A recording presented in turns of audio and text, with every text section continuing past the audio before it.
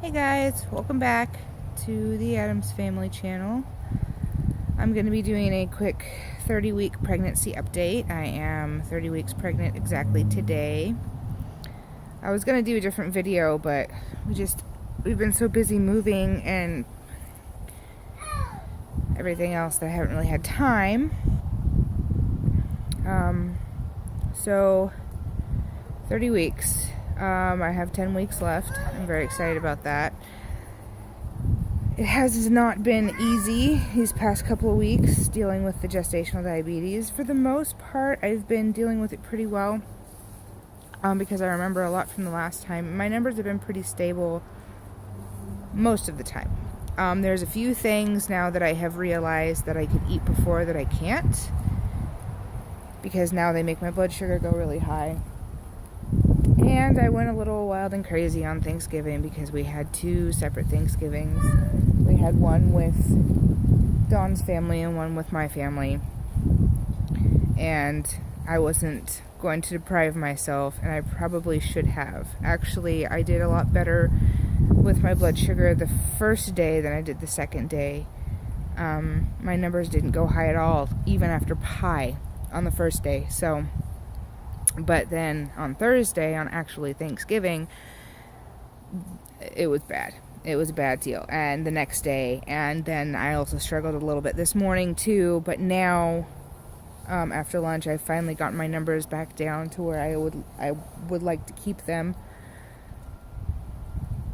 It's just a matter of resisting. When I get hungry, I crave probably the worst possible things I could eat. Like today at lunch, I was so upset because I was really hungry and I knew what I should eat, but what I wanted to eat was not at all what I should eat. I wanted to eat like a giant pizza with all the stuff, but I can't have that. So what I ended up doing instead was just cooking up some meat and vegetables and seasoning it up really good so that it was nice and yummy, and eating that.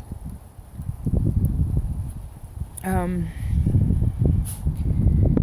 it was good. My blood sugar went down to where it should have been rather than where it was this morning after breakfast. So it's just kind of going to be a learning process over again because nothing is the same this time. As for how I'm feeling physically, I am in pain most of the time.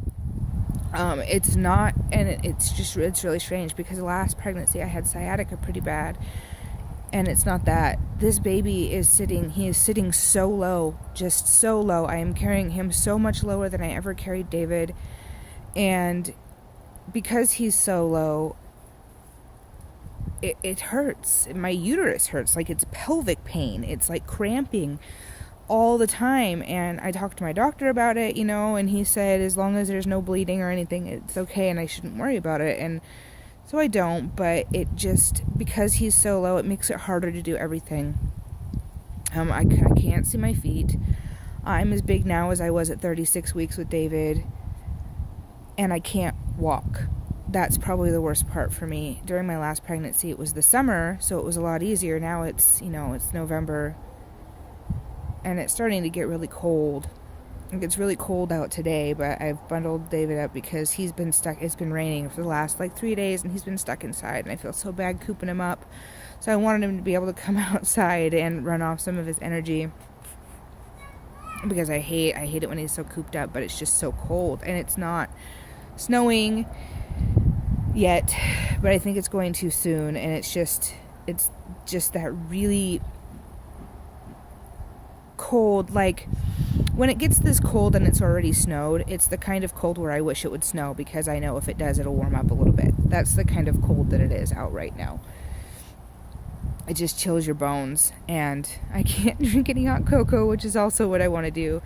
So I've been trying to keep myself satisfied with hot tea. I'll probably have a cup of hot tea when I go inside. So we came outside, but I can't normally. I've been trying to walk once a week, at least walk over to the store and walk around the store a little bit and then come home, because usually I need to get something. But I can't even do that. I can, but it's really, really, really painful. It is so painful. And it's like a sharp stabbing pain in my pelvic area. And it's making it almost impossible for me to walk because it just hurts so bad. And then by the time I get home, all I can do is just sit down and drink a bunch of water and hope that it goes away. And sometimes it does, and sometimes it doesn't. And it's just a constant state of pain. It's like a constant menstrual cramp that just won't go away. And I don't know, it's just really different. Like, during my last pregnancy with David, I could differentiate between like what was cramping and what was Braxton Hicks. That was really easy for me to differentiate between those two. With this pregnancy, it all just kind of runs together, and it's like a never-ending contraction, just that just doesn't let up. I mean, that's what it feels like. I know that's not what it is, but that's what it feels like. And I have a doctor's appointment on the 30th, so I'm going to discuss that with my doctor. And at this point, I'm just kind of hoping it'll go away on its own. Either that or it won't. Today, actually, I haven't had any pain.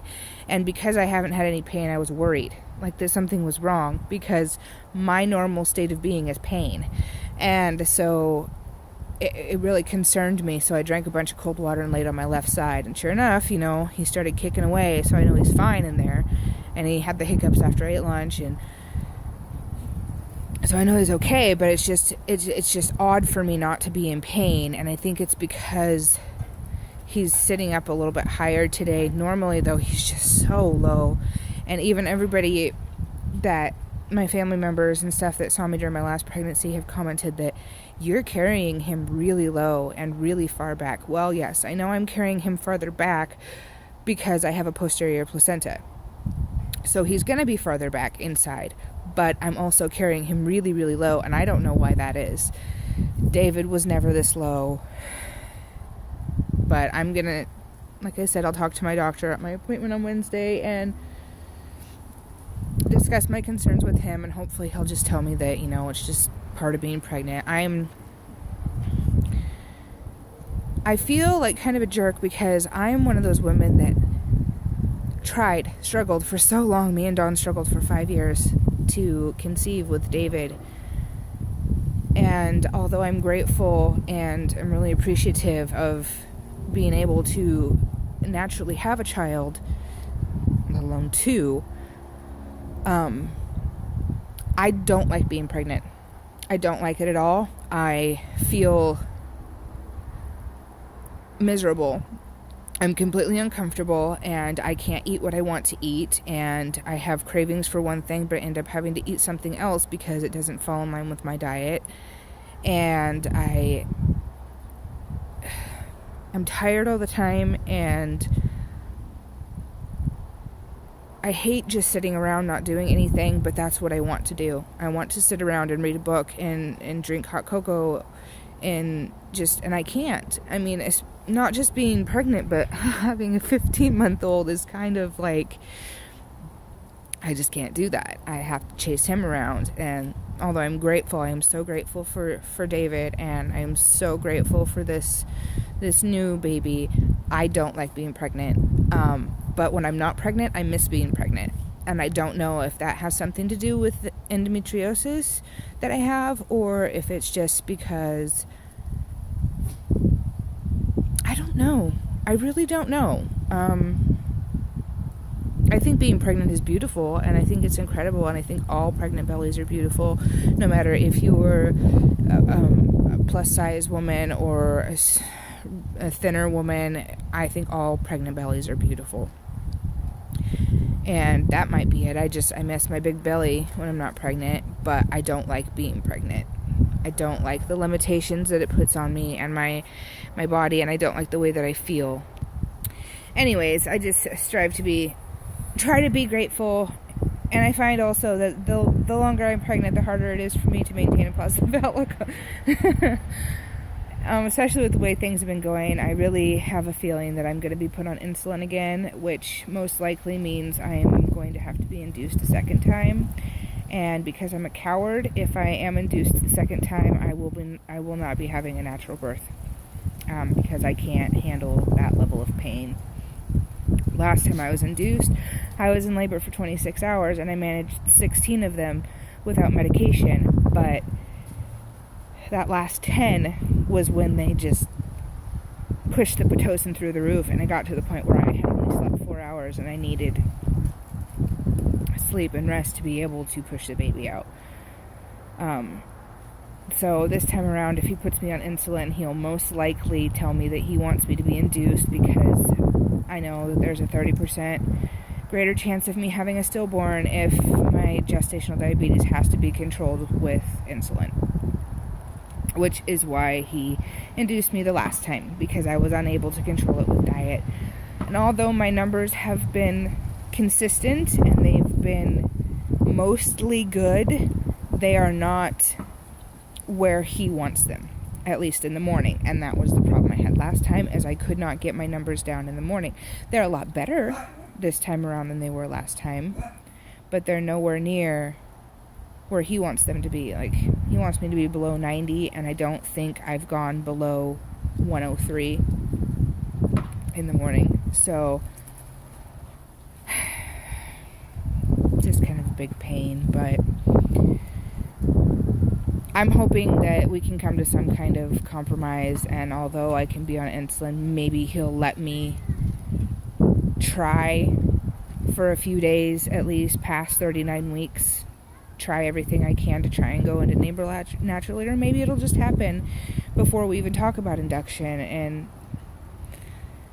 that's what I'm hoping for, because I don't want to be induced again. It was a horrible experience. My doctor knows I don't want to be induced again. I've talked to him about it, and you know, he's a nice guy. He generally tries to do what I would like, because I'm not a really needy patient. I'm not a really bossy patient. I'm pretty laid back. I'm one of his, from what he's told me, I'm one of his better patients. So he tries to accommodate me whenever he can. So I'm hoping that he'll let me try a few things before he insists on me being induced. But yeah, I'm just really hoping that I go into neighbor naturally, and I won't have to worry about that. Anyways, it is starting to get really, really windy out here, and my hand is numb that is holding up my phone, because it is so cold. So I think what I'm going to do is I'm going to sign off for now.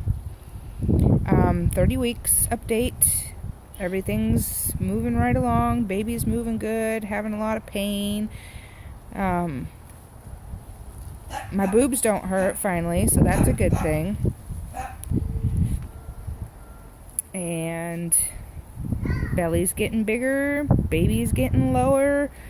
Not that I want him to, because that just hurts even more. But yeah, I'm measuring good. According to my last appointment, everything's going well as it should. So I will update on my pregnancy in a couple of more weeks. I'm going to try and do every 2-week updates on my pregnancy rather than every single week, because I know sometimes that gets kind of monotonous.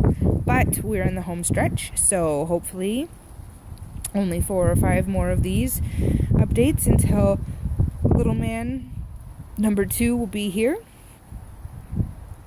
I'm going to be trying to learn how to use a video editor so I can start using my other camera rather than my phone, and start making better quality videos, adding things, pictures and whatnot. I don't really know how to do any of that, so it's all going to be new for me, but I am going to try. So that's it for now, and thank you so much for watching. If you like this video, go ahead and hit the thumbs up and subscribe if you want to, and I'll see you next time. Bye.